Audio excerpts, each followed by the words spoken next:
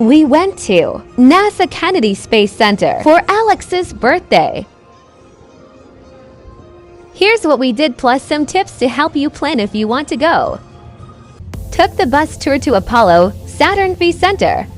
Oh my god, it's Emily. This tour can take about 2 to 3 hours before going back to the visitor center.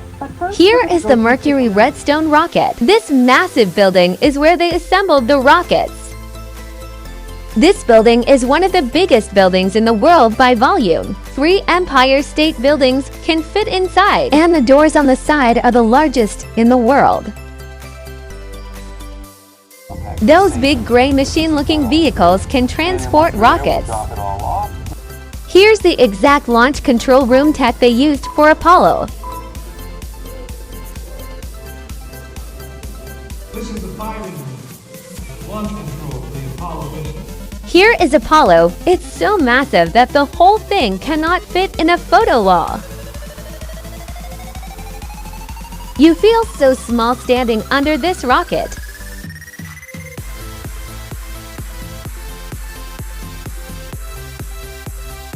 It is nearly as long as this entire building.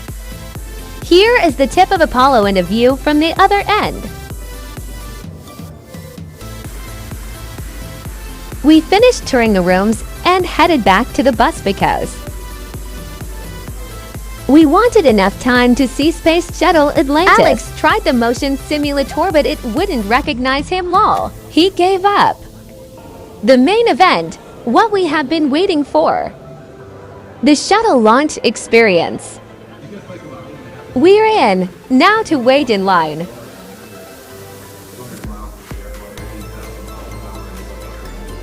Kinda feels like you're entering a whole nother world. Time to go. The lady said Tostin on a red dot. Done. Recommend not going on this simulator if you are sensitive to lights.